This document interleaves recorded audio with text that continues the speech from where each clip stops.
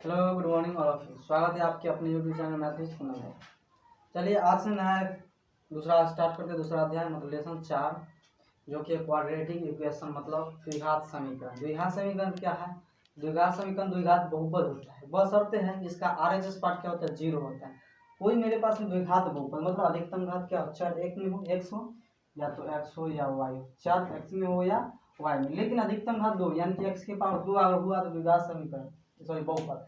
उसी बहुपद का पी एक्स जो होता है एक पार्ट क्या होता है, अगर 0 हो जाता है तो उसको बोलते हैं उस बहुपद का संगत समीकरण। जैसे मेरे पास में कोई बहुपद है पी एक्स बराबर a x square plus b x plus c, ठीक है। इसका पी एक्स का मान 0 कर देते, ये हो जाएगा 0 बराबर a x square plus b x plus c, या इसी को बोलेंगे a x square plus b x plus c बराबर 0। अब यह जो 0 हो गया ये पी एक्स का एक संगत समीकरण। अब कौन सा समीकरण है? द्विघात समीकरण, या इसको बोलते हैं दूसरा नाम भी क्या है, वर्ग समीकरण, स्क्वायर इक्वेशन, ठीक है।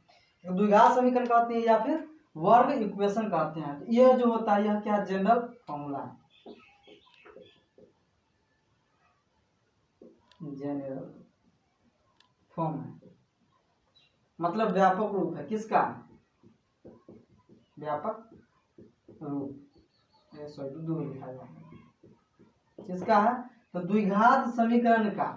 तो यहां से आपका कुछ थोड़ा सा ऑब्जेक्टिव आते रहता है, कैसे देखिए, इसको मिटाते हैं। आपसे पूछ देगा कि व्यापक रूप क्या होगा किसका, द्विघात समीकरण का, क्वाड्रेटिक इक्वेशन का, a x square plus b x plus c बराबर 0, जहां ए इक्वल टू नॉट 0, मतलब द्विघात मतलब अधिकतम घात कितना 2 होना चाहिए, जो कि यहाँ पे दिखाई दे रहा है आपको। अगर कहा ए का मान इसके 0 नहीं होना चाहिए, बी हो सकता है और सी हो सकता है, लेकिन ये नहीं हो सकता। अगर मान लीजिए कि हम ए का मान 0 लेते हैं, 0 गुण 2 x square plus b x plus सी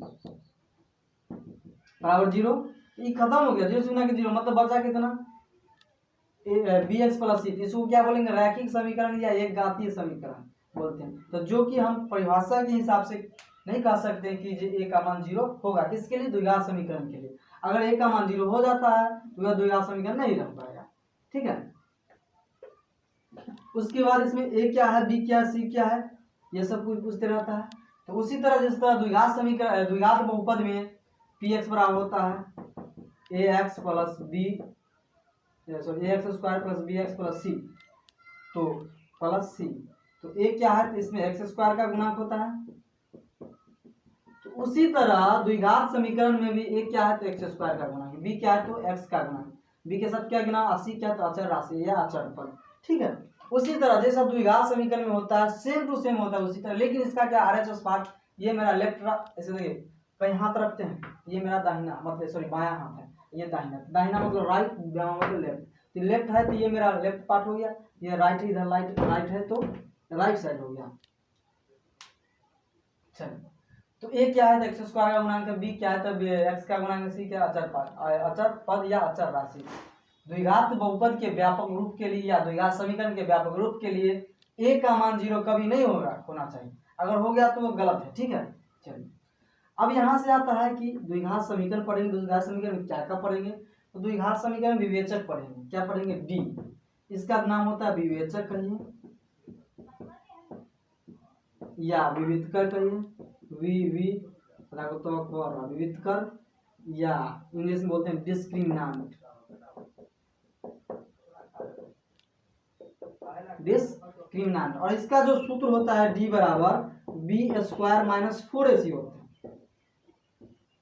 मतलब कोई द्विघात समीकरण जैसे ऐसे दिया 2x स्क्वायर माइनस का 3x प्लस का 4 दे दिया बराबर 0, सॉरी हाँ द्विघात समीकरण 0, मतलब कोई बहुपद का अगर आरएचएस पार्ट 0 हो गया या फिर एलएचएस पार्ट 0, मतलब ये 0 हो गया तो ये इधर जाएगा, तो वही बात है, 0 हो गया तो उसमें ए बी सी और मतलब ए बी और सी होगा। तो बी यहां से निकालेंगे तो -3 का होल स्क्वायर होगा, ठीक है। उसके बाद माइनस है, -4 है, 4 ए है, तो ए क्या है, कॉलेज, जो देखिए यहाँ से एक्स स्क्वायर का गुणांक हो तो याद रखना है कि ए क्या है, तो एक्स स्क्वायर का गुणांक, बी क्या है, तो एक्स का गुणांक, सी क्या है, तो अचर पद है। उसके बाद ए, उसके बाद ए कितना है, तो 2, सी कितना, 4। चलिए, -3 का स्क्वायर 9 और माइनस 4 गुना 8, 8 गुना 16, कितना हो गया, 16। अब 9 में से 7 जाएगा तो माइनस का 7 आएगा, कि 16 में से 9 घटाते तो 7 आता है, लेकिन इसका उल्टा है, मतलब उल्टा है तो उल्टा भी होना चाहिए कुछ ना कुछ। जैसे 16 में से हम 9 घटाते हैं तो ना 7 आता है, लेकिन यहाँ 9 में से 16 घटा रहे हैं, इसका मतलब उल्टा, यानी कि माइनस लगा देंगे, चीज हो गया आंसर। अब आ गया माइनस, तो यही रहता है कि डी का मान क्या होगा तो इसका हल क्या होगा, हल क्या होगा।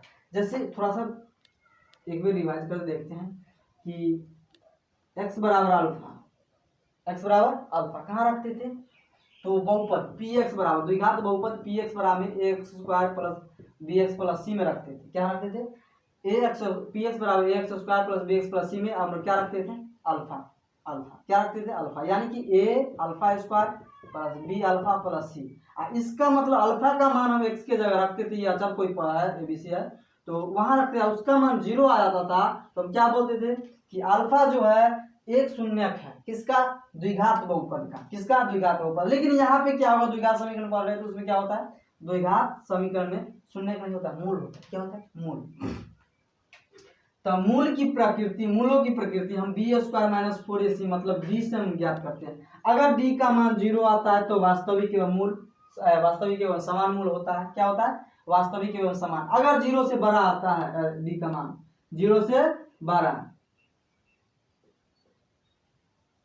डी का मान 0 से बड़ा आता है, ठीक है, डी का मान 0 से बड़ा आता है तो मूल वास्तविक एवं असमान आता है, समान नहीं आता। लेकिन वही अगर 0 से छोटा, देखिए 2 टर्म जिधर वो बड़ा है, यहाँ पे 0 बड़ा है और ये डी छोटा, डी का मान देखिए -7 है, तो डी 0 से छोटा कब होगा, जब माइनस हो जाएगा। डी बड़ा है, इसमें 0, तो 0 जिधर 2 टर्म वो बड़ा, तो इधर डी की 2 टर्म है तो बड़ा है, तो यहाँ पे, तो यहाँ पे होता है 3 कंडीशन होती है, या तो 0 के बराबर होगा, या 0 से छोटा होगा, या 0 से बड़ा होगा।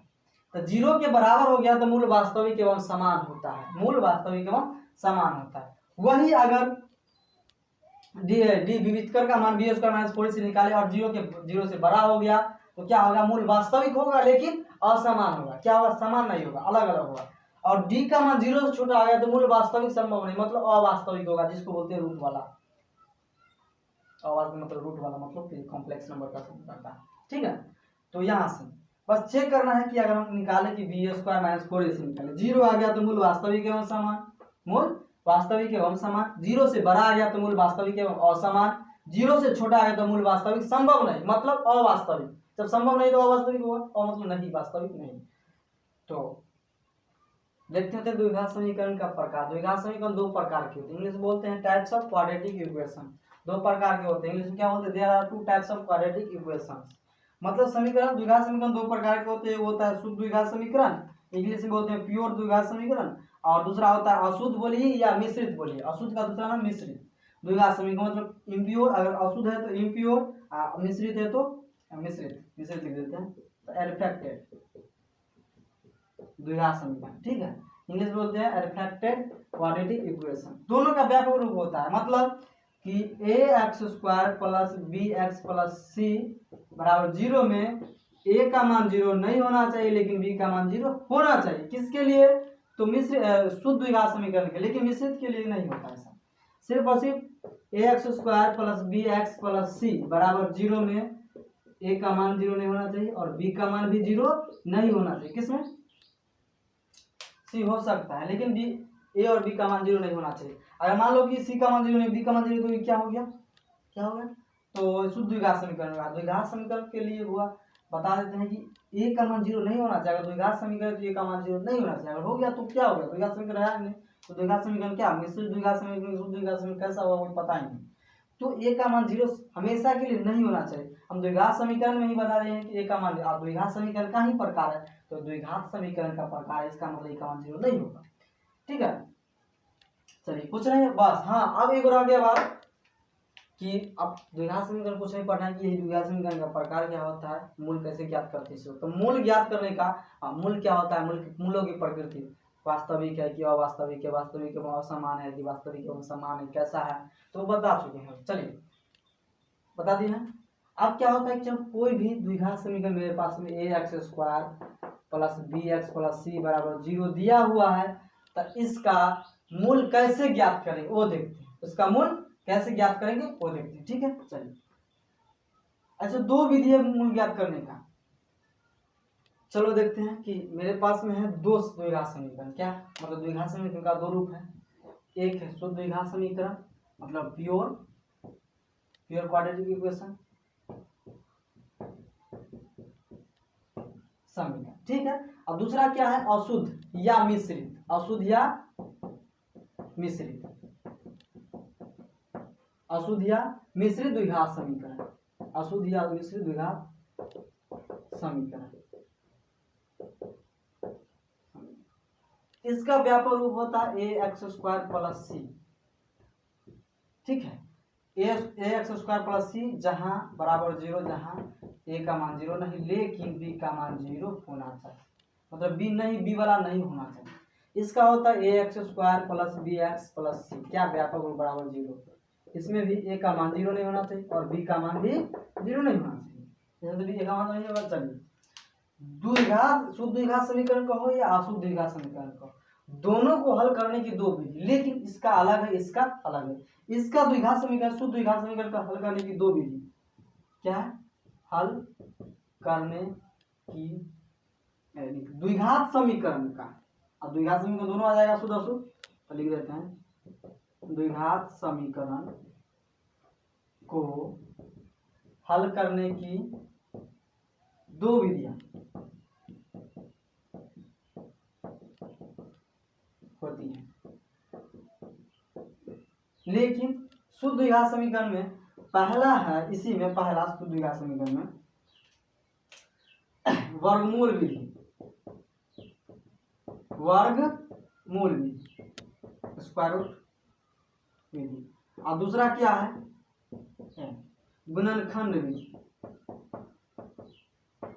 गुणनखंड विधि, गुणनखंड विधि, ठीक है। इसमें भी तो इसमें क्या है वर्गमूल नहीं, इसमें है गुणनखंड विधि, फर्स्ट इनटू लास्ट जिसको कहते हैं। इसमें पहला है गुणनखंड विधि बाय फैक्टर मेथड, और दूसरा क्या है इसमें दूसरा वर्ग पूरा करने की विधि, वर्ग पूरा कर हल करने की विधि, ये वर्ग पूरा कर, वर्ग पूरा कर, वर्ग पूरा कर विधि, वर्ग पूरा विधि जो कैसे करें, वर्ग पूरा मतलब वर्ग पूरा कर विधि। यही वर्ग पूरा विधि को कहते हैं श्रीधराचार्य सूत्र विधि, श्रीधराचार्य विधि, जो कि एक सूत्र दिए थे x बराबर माइनस का b plus minus root under b square minus 4ac/2a, यही है क्या, तो वर्ग पूरा करके ही ये आया है सूत्र। कैसे आएगा देखेंगे, ठीक है। चलिए पहले तो समझते हैं कि वर्गमूल विधि क्या होता है, गुणनखंड विधि क्या होता है। शुद्ध द्विघात समीकरण में वर्गमूल विधि क्या होता है, द्विघात हाँ वर्गमूल विधि क्या होता है और गुणनखंड विधि क्या होता है, तो इसको नेक्स्ट वीडियो में देखेंगे। लेकिन हाँ एक बात और बता देते हैं, जिस तरह बहुपद पहचानना सिखाए थे, बहुपद पहचानना के मतलब है कि द्विघात समीकरण जब बहुपद पढ़े तो उसमें द्विघात रैखिक त्रिघात सब बहुपद पढ़े थे, ठीक है। तो उसमें जिस तरह हम बताए थे कि x के पावर में बट्टा नहीं होना चाहिए, x के पावर में माइनस वाला नहीं होना चाहिए, x नीचे में नहीं होना चाहिए, ठीक है, x रूट में नहीं होना चाहिए, ये सवाल कहीं दिखाई दिया तो ये बहुपद नहीं है। उसी तरह द्विघात समीकरण ज्ञात कर जांच करने की भी विधि होती है। दो समीकरण दे देगा ऐसे, देखिए एक ही समीकरण देगा, दो कहेगा x प्लस 3 के होल स्क्वायर बराबर x माइनस 2 का होल क्यों, ठीक है। कहेगा कि बताइए कि द्विघात समीकरण है कि नहीं, तो इसको भी तोड़ेंगे तो इसको तोड़ लेते हैं, एक्स स्क्वायर प्लस के 6x प्लस के 9 बराबर x cube a minus b के whole cube, a cube minus b cube मतलब 8 माइनस 3 ए बी, यानी कि इधर हो जाएगा 12x plus 3ab square, 3ab square, एक मिनट यहाँ गलती कर दी है, 3ab यहाँ 6x हो जाएगा, 3x तीनों ना 6x स्क्वायर, यहाँ पे 12x। देखिए a माइनस बी का होल क्यूब का सूत्र होता है ए क्यू माइनस 3ab प्लस के 3a square b plus minus के बी क्यू, ए के जगह x, बी के जगह 2 है। तो यहाँ रखेंगे तो एक्स क्यूब माइनस 3 गुने ए कितना एक्स गुने ए स्क्वायर भी यहाँ पे होता है सॉरी, तो हाँ तो अगर फिर सूत्र बदल दीजिए यहाँ पे 3 ए स्क्वायर बी अब प्लस के 3 ab स्क्वायर सॉरी, तो ये यहाँ x square into 2 plus 3 into x into minus का 2 के स्क्वायर माइनस 2 के क्यूब। जब इसको हल करेंगे तो ये आया है मेरा x cube minus 6 x square ठीक है, प्लस ये माइनस का स्क्वायर तो प्लस हो जाएगा, तो 4 किया 12 2 का स्क्वायर एक्स अब माइनस किया माइनस 2 का क्यूब माइनस यहाँ पे प्लस होता है सॉरी मतलब माइनस बी क्यूब होता है माइनस बी क्यूब, तो माइनस बी क्यूब होता है सॉरी, तो बी की जगह माइनस 2 है तो माइनस 2 का स्क्वायर कर देंगे,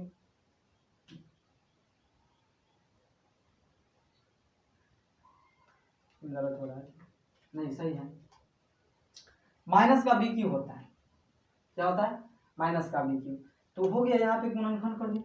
अब क्या करते हैं देखिए थोड़ा सा इधर जाएगा सब उधर ले जाते हैं, तो ये हो जाएगा x cube minus 7 x square ठीक है, और इधर हो जाएगा तो प्लस के 12 6 एक्स जाएगा माइनस तो 70 बराबर 0। कहेगा क्या ये द्विघात समीकरण है बाबू? नहीं है, द्विघात वाला है लेकिन अधिकतम घात 3 है, तो ये त्रिघात समीकरण है, तो ये क्या लिखेंगे चूंकि x का अधिकतम घात 3 है इसलिए ये जो दिया हुआ है व्यंजक ये द्विघात समीकरण को नहीं दर्शाता, ये कौन सा दर्शाता है त्रिघात। कभी कभी ऐसा आएगा कि x वाला नहीं रहेगा, एक्स स्क्वायर वाला नहीं रहेगा, एक्स वाला रहेगा, तो लिखेंगे चूंकि a इक्वल टू 0 है, यहाँ पे a का मान 0 है, अगर है तो द्विघात समीकरण के लिए का मान 0 नहीं होता है, जो कि यहाँ पे 0 है मतलब x वाला नहीं है, एक्स स्क्वायर वाला नहीं है, ये द्विघात समीकरण नहीं है। समझ गए? ठीक है, चलिए तो कल देखेंगे कि शुद्ध द्विघात समीकरण को दोनों विधियां देखेंगे, फिर अशुद्ध द्विघात समीकरण मिलते हैं नेक्स्ट वीडियो में। Thank you, all the best.